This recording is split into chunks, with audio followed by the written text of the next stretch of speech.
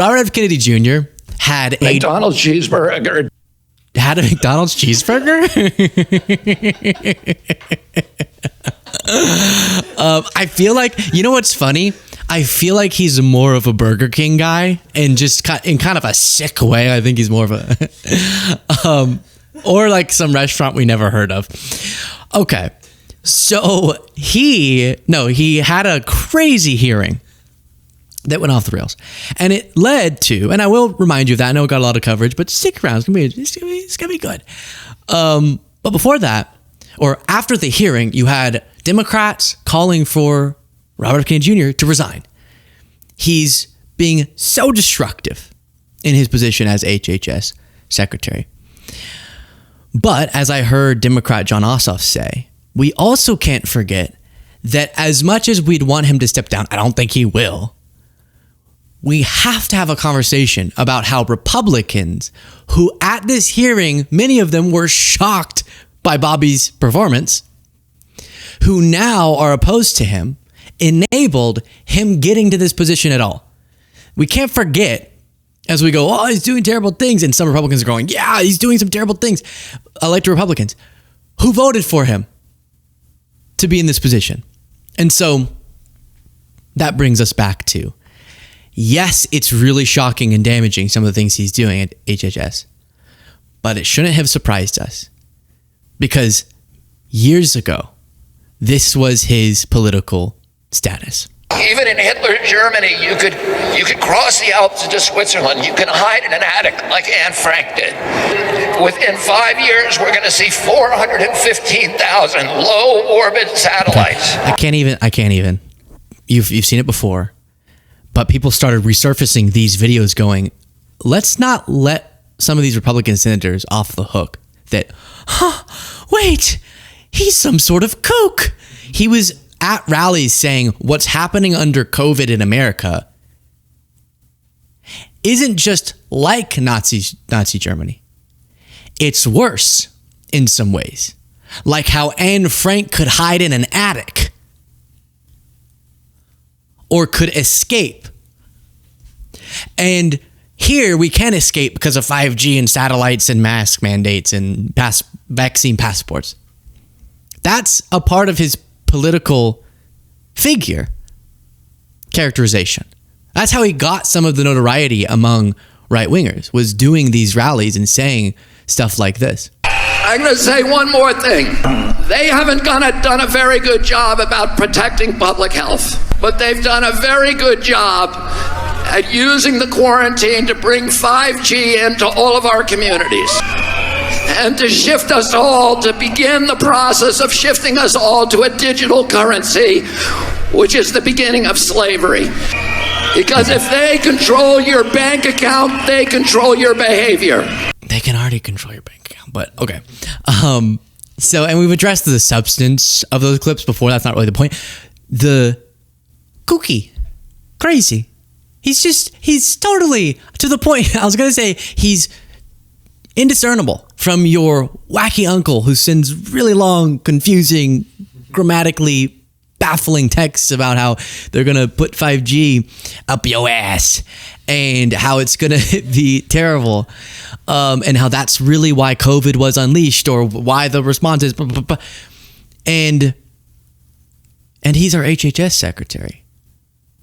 But I was going to say that like it's a new thought, the uncle part, but actually he is that uncle to his nieces and nephews. His family, a bunch of his family members came out a while ago and said, do not put this guy in a position of power. His family members. So now we'll look at this hearing, and I will show you even some Republicans horrified by Robert F. Kennedy Jr.'s behavior, but let's not let them off the hook for even giving him this position in the first place by confirming him in the Senate. One thing that was just a funnier element of the hearing to start this off was that he kept his microphone on, Robert F. Kennedy Jr. did, and he was breathing super loudly into it while other people were speaking. From the news media and from any other source. And obviously the easiest thing for our Democratic colleagues to do is to scare people because that is a powerful emotion, no matter what the facts may be. He's just, and this is not anything to do with it's just that he kept his mic on. You don't have to keep your mic on. There's a little button you click when you're not the one speaking. Have been awakened in the dead of night by a wheezing kid gasping for air, forced to rush their little one to the ER. There's no worse heart-wrenching fear. The RSV vaccine offers these kids protection against the worst effects of the virus. But now it looks like you're on a crusade to make infants and babies more vulnerable to the terrible illness. That's what we're doing with. That's wild. I know it was in a very tragic context, but the senator used the word gasping as Bobby's breathing so loud. He's just such a caricature, but that shouldn't distract us from how damaging his behavior has been in attacking health infrastructure and vaccines. And I think this is the part where an aide walks up and whispers in Bobby's ear, "Turn off your mic." Politics from science. Senator Bennett. Mr. Secretary, in June, you fired every member. Mr. Secretary, may I have my time back, Mr. Chairman? Thank you. It's such an S show. A crap show. Yeah. Do you remember that story about all the people that he had in his phone listed under a certain letter that stood for not his wife? We now became familiar with the noise they're very familiar with. Trying to think of a different way to spin it than just he's Darth Vader, which everyone else was saying. Then Bernie was not happy with him. Look at this. You don't want to get the "I'm not mad, I'm disappointed" from the burn. All right, Mr. Secretary, I've got a bunch of questions. Appreciate brevity in answering it. So-called... This is a disaster. What a disaster this hearing is. Please do, as we continue to do this, click the subscribe button. That is very helpful. It's free on YouTube. Boom. And then if you want to get the members only bonus show, you can do that by clicking the join button, which is next to the subscribe button. Beautiful bill threw 15 million Americans off of health care, substantially raised premiums, and is going to have a terrible impact on nursing homes, community health centers, rural hospitals all over America. Very briefly, is that really making America healthy again? It's going to be the biggest infusion of federal dollars into rural health care in American history. Yeah, you know why? Because you're cutting $150 billion for rural hospitals. You're putting $50 billion back. That's not an infusion. That's a loss of $100 billion. Whew. Yeah, and they try to get away with this. It's just so brazen. Listen to this. I'll try to do it very quickly. They talked a lot about the Rural Health Transformation Fund as though it's some balm for the big, beautiful bill and the impacts it had on Medicaid specifically.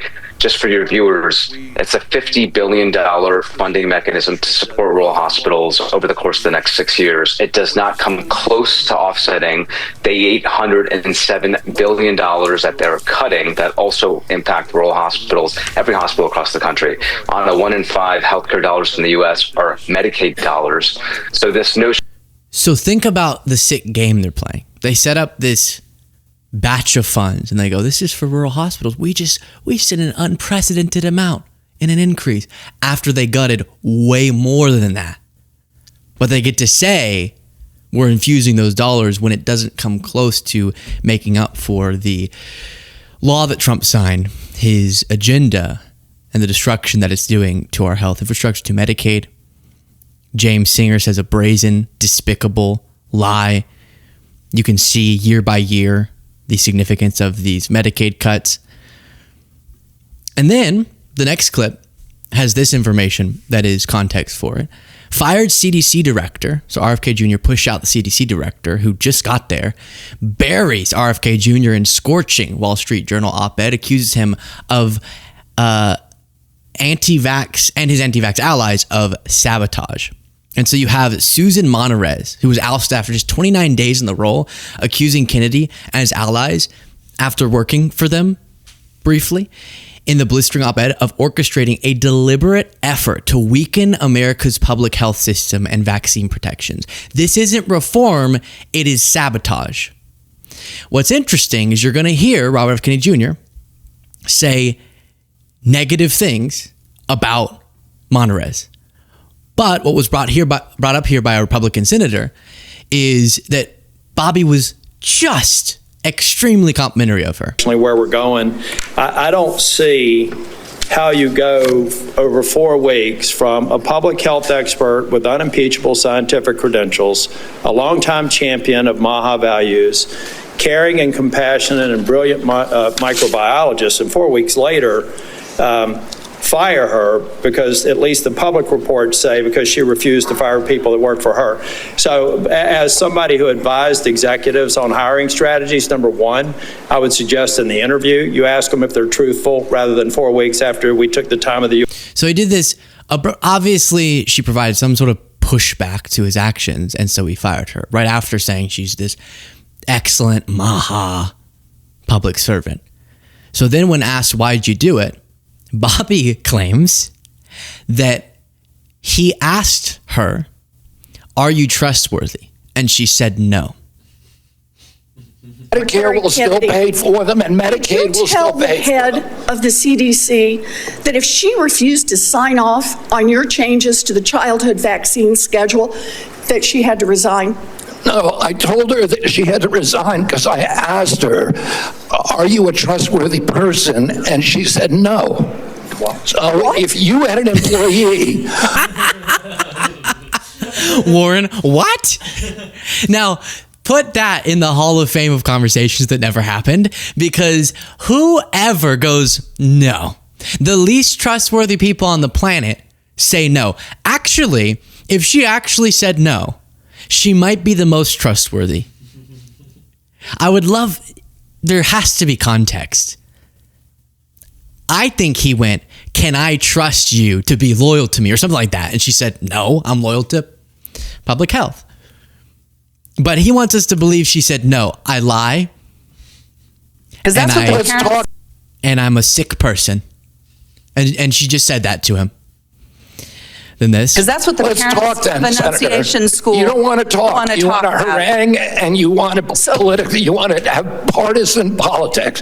That is, I want to actually solve these problems. Ms. Secretary Kennedy, what the Trump administration is doing right now is making it harder for people in this country to get access to mental health care. So don't talk to me about solving the mental health care crisis when you are making it harder. You cut Medicaid, which is the #1 payer for mental health care services in this country. You decimated the agency at Health and Human Services that focuses on mental health and substance abuse. That's what states count on. They're cutting their services to schools as a result of that. Several years ago, in a bipartisan way, Congress came together and passed the Safer Communities Act. And she continues. Brutal stuff. Okay, let's keep playing. I know there's so many clips. Maybe too many, but let's keep going. Colleagues, I'm willing to give you the answer. I'm willing to give you the answer. Secretary, someone should have asked you, maybe President Trump should have asked you, are you a trustworthy person? And we should have waited for an answer then. Let's move on. I don't even know what you're talking about. You're talking gibberish. Mr. Secretary. Oh, no. This is our Health and Human Services Secretary. You're talking gibberish. I'm just soft launching it. He said that. It's not making fun of the thing. It's just that's how it sounds to me.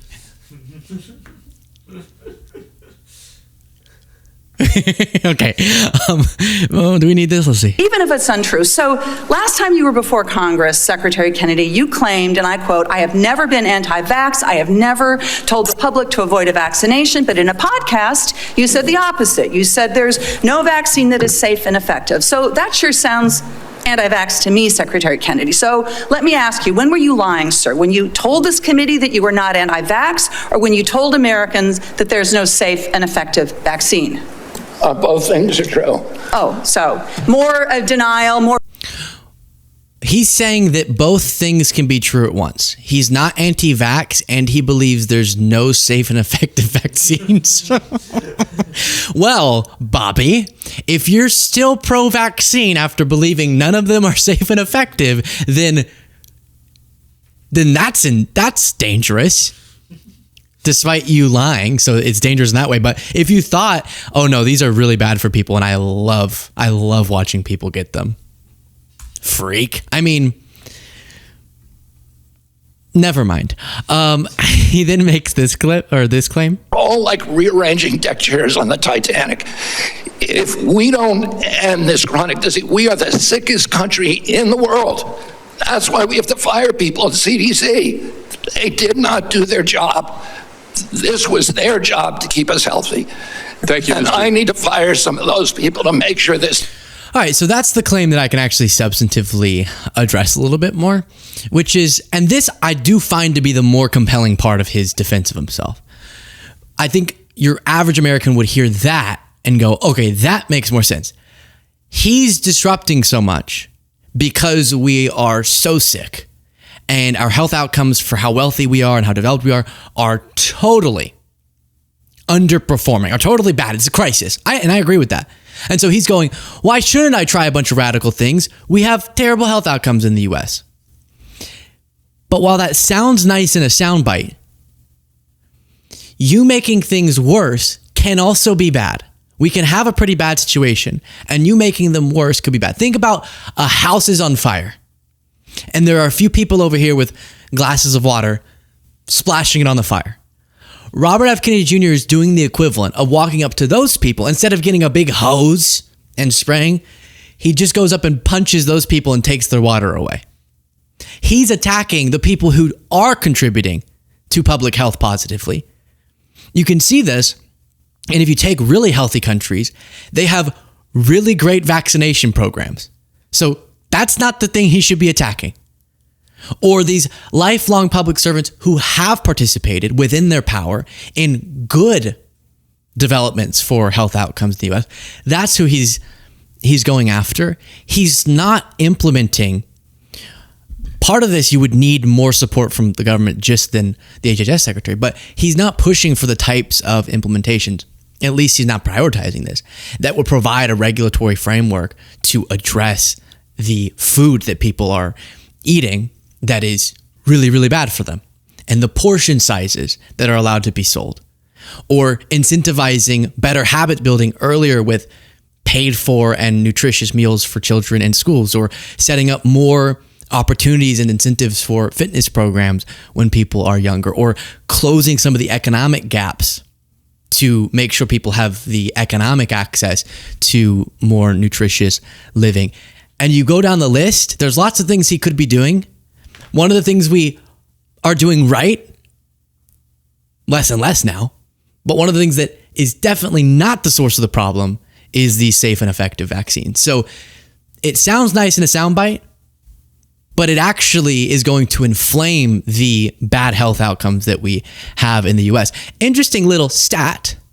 Here, let me list and just see if you can do any free association of these states. Here are the 10 healthiest states in the United States.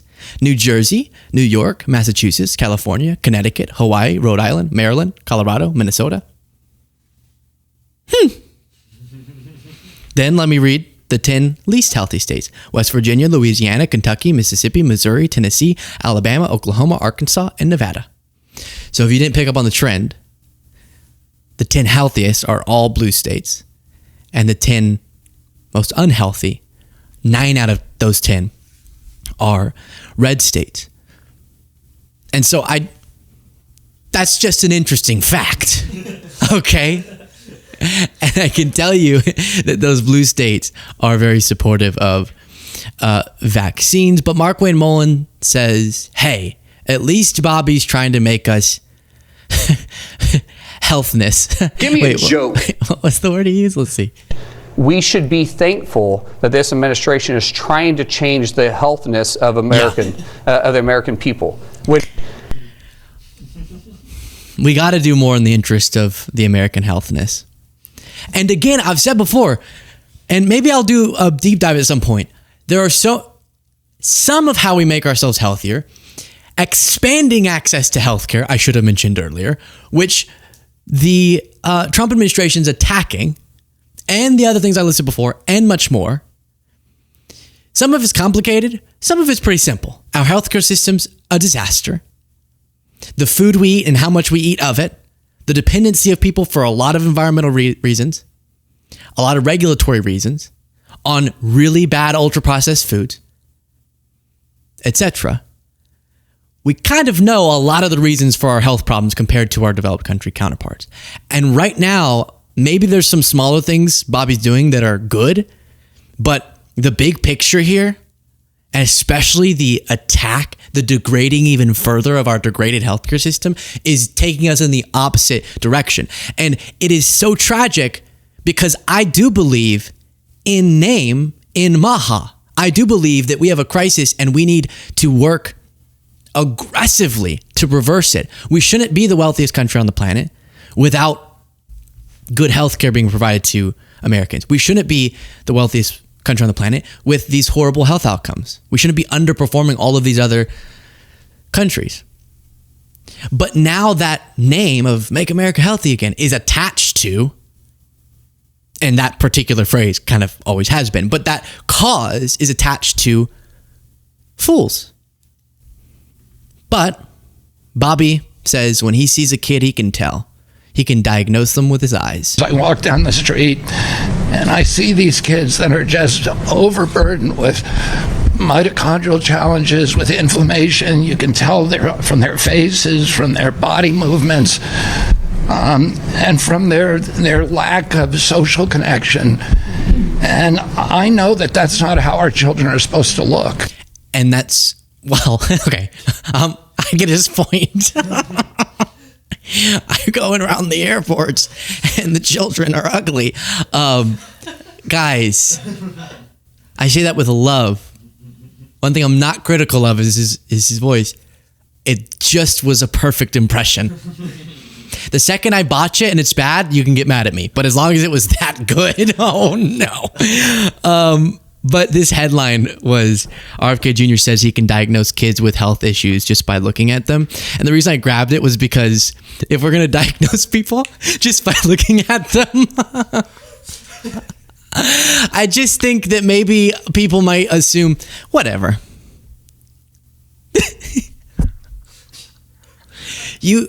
If I saw you and I didn't know who you were, I would say, you look not how you're supposed to. That's what he said about the children. If you're mad at, he said it about children. I'm saying it about adult. But Bobby can learn a lot by looking at children. Then this. To just, again, some basic facts. Do you accept the fact that 1 million Americans died from COVID? I don't know how many died. You're the Secretary of Health and Human Services. You don't have any idea how many Americans died from COVID? I don't think anybody knows that because there was so much data chaos coming out of the CDC, and there was so many perverse incentives. This is how detached from reality is. He won't even acknowledge how many people have died. And the question wasn't, tell me exactly to the person how many. It was over 1 million. That's a big ballpark. And he goes, oh, who knows? Maybe that was all because people aren't drinking raw milk. You never know. You never know, as my little sister would say. He was asked, I guess this is a little off topic, but about Epstein. Do you think the women on the steps of the Capitol were a hoax yesterday? I don't know about any women on the steps of the Capitol. The women who were talking about Epstein, do you think they were a hoax yesterday? Do I think they were? Do you think they were perpetrating a hoax yesterday? Perpetuating a hoax? Yeah. I have no idea what they were saying. This is the first I'm hearing about it.